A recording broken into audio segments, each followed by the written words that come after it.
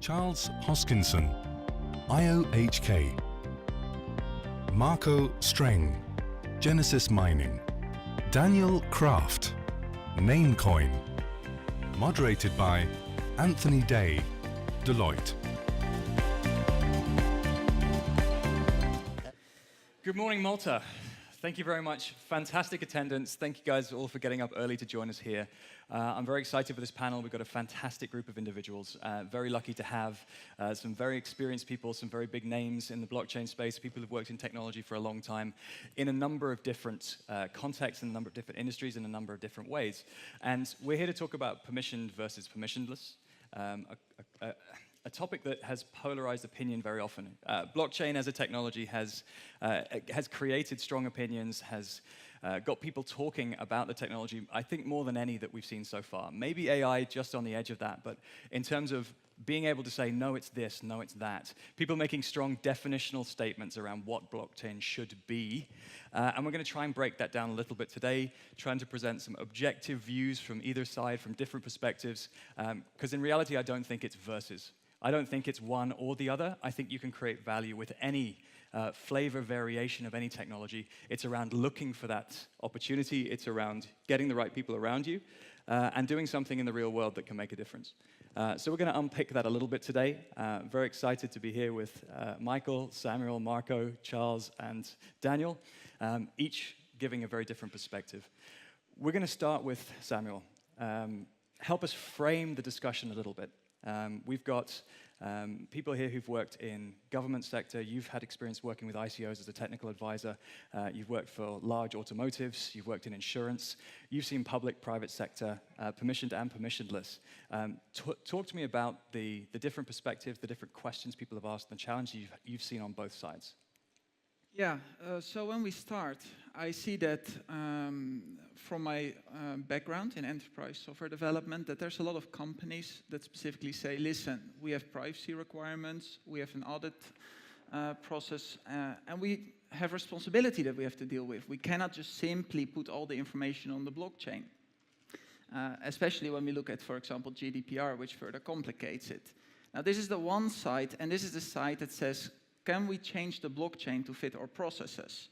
Now, when we look at the other side, we have the idealistic side. And the idealistic side says, blockchain allows whole new processes. And then the main question is, do we want to adapt the blockchain to the business processes that already exist? Or might we want to look at different business processes based on the technology that's now available? That's a really good point, and trying to force-fit technology into a way of working that has evolved over 20, 30, 40 years with regulation, with legacy technology, with ill-conceived ideas or well-conceived ideas that were well-meaning, but 20 years later just don't seem to cut it anymore. Are you for trying to apply the technology to old processes, or do you want to see transformation for real? I want to see both happen. When you look at the way that the internet disrupted the way that traditional businesses worked, you saw that certain traditional companies adapted to the internet, but you also saw whole new companies come up that brought very different processes to the world. And I think that both added a lot of value in this stage. Good. That's a perfect transition into Michael. I promise that wasn't planned. Michael, you've got more gray hairs than any of us here, and I would say, relatively speaking, you're the veteran of the panel. Have we seen this all before, in terms of the hype cycles, the different perspectives, the overinflated expectations, the inappropriate applications of a technology in a space it doesn't belong? Tell us about what you've seen in your journey in IT. Well, let me try to put a little more positive spin on that.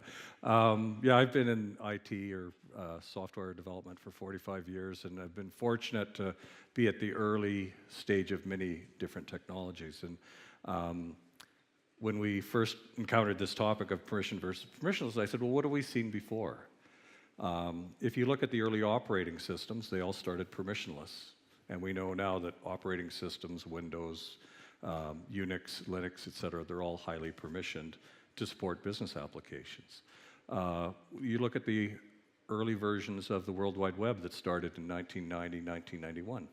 They were permissionless. You could create a web server, you could link to anybody's web pages, but it was once you started to look at the more advanced workloads, started to look at online commerce, online banking, online healthcare. Those are workloads that naturally require people to identify themselves, both you as a recipient of those services and as people that are providing those services. So back when I was a graduate student at the University of Waterloo, we had a chance to read a very interesting paper, and it was by Ivan Sutherland. It was called The Technology Wheel of Reincarnation. It was written in 1968. And Ivan Sutherland was responsible for a lot of the early work with graphics processors. And he talked about the evolution of graphics processors. It's an interesting paper to read because you see it being replayed over and over. So I guess my challenge or my goal in terms of the blockchain technology, because I see it primarily as a very interesting database technology. I see the whole crypto thing as kind of being an interesting distraction, actually, that's taken us way off on a useful and important tangent. But if you think of how would you capture and enact all the business activity on the planet, so 8 million people, 8 billion people, 60 million companies, 60,000 schools of higher education, 60,000 skills supported by those schools to support the jobs for those companies. When you start to capture that, and I think ultimately that's what we need to be thinking about, then that gives you a different perspective of blockchain as a software technology that has been fueled and given life by the crypto side. I think we've had our first shot fired today, guys. We were going to try and keep it civilized, but I think there might have been a shot fired in there. Daniel, I'm going to ask you to come back on that one if that's okay.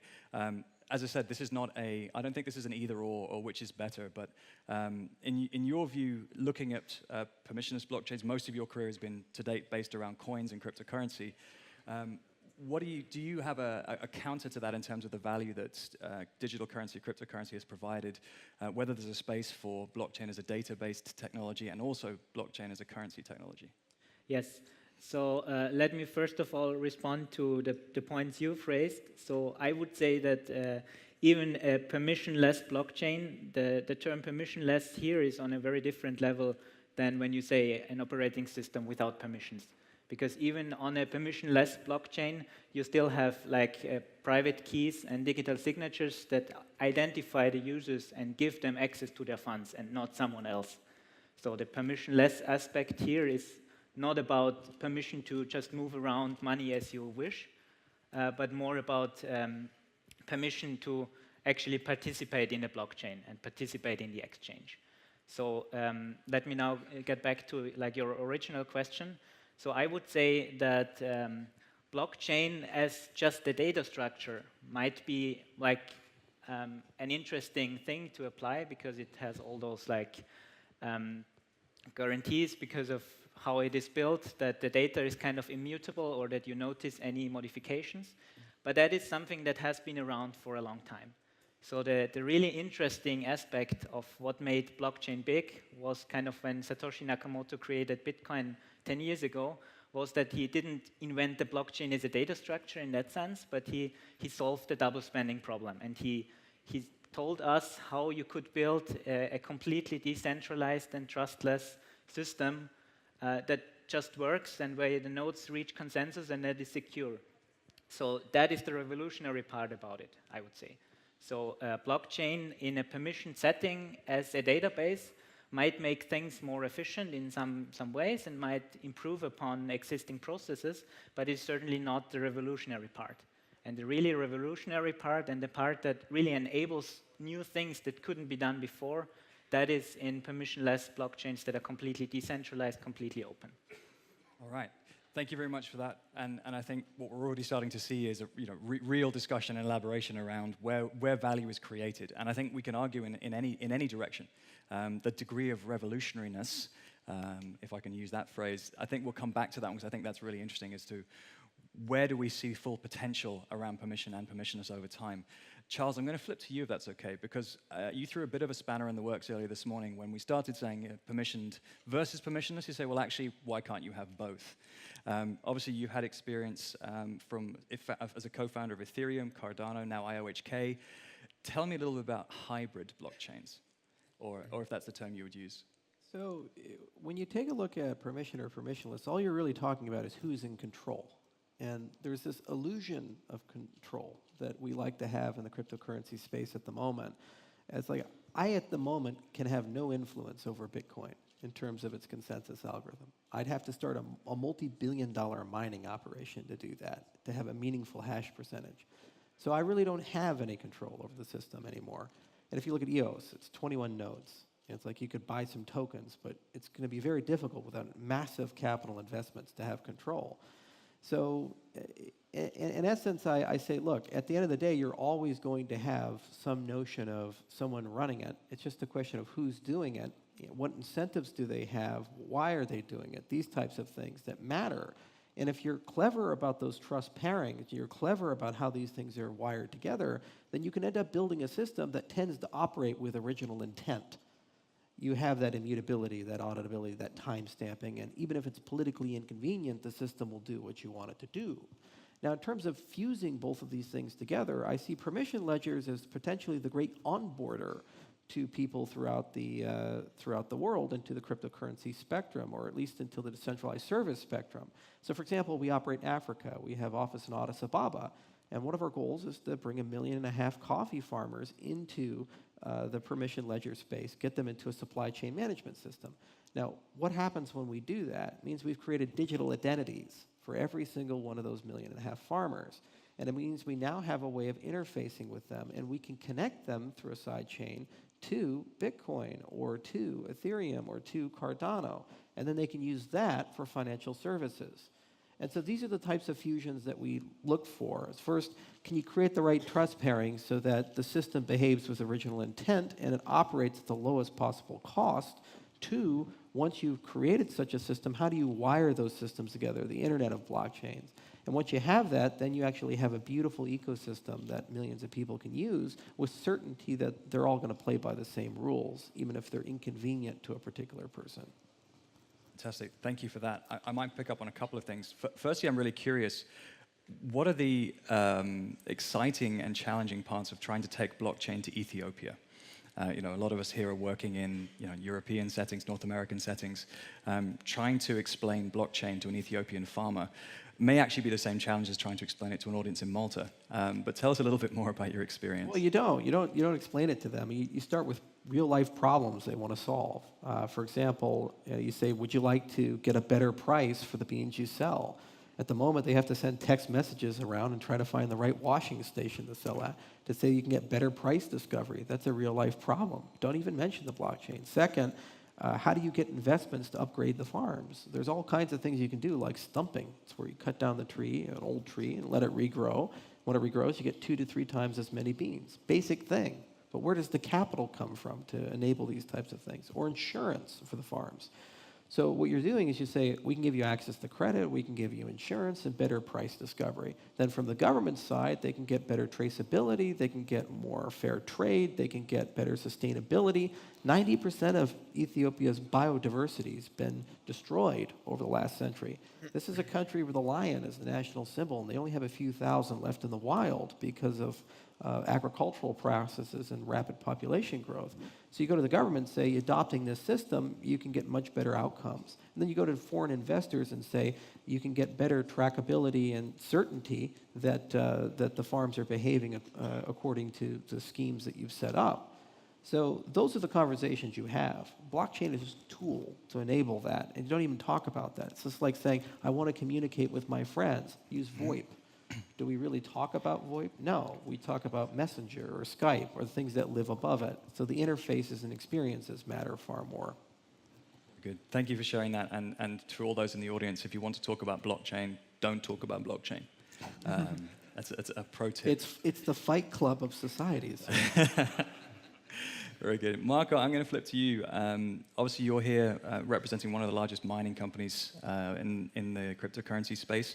And obviously, having spoken to you before, the obvious question would be, tell us about your experience with permissionless blockchains.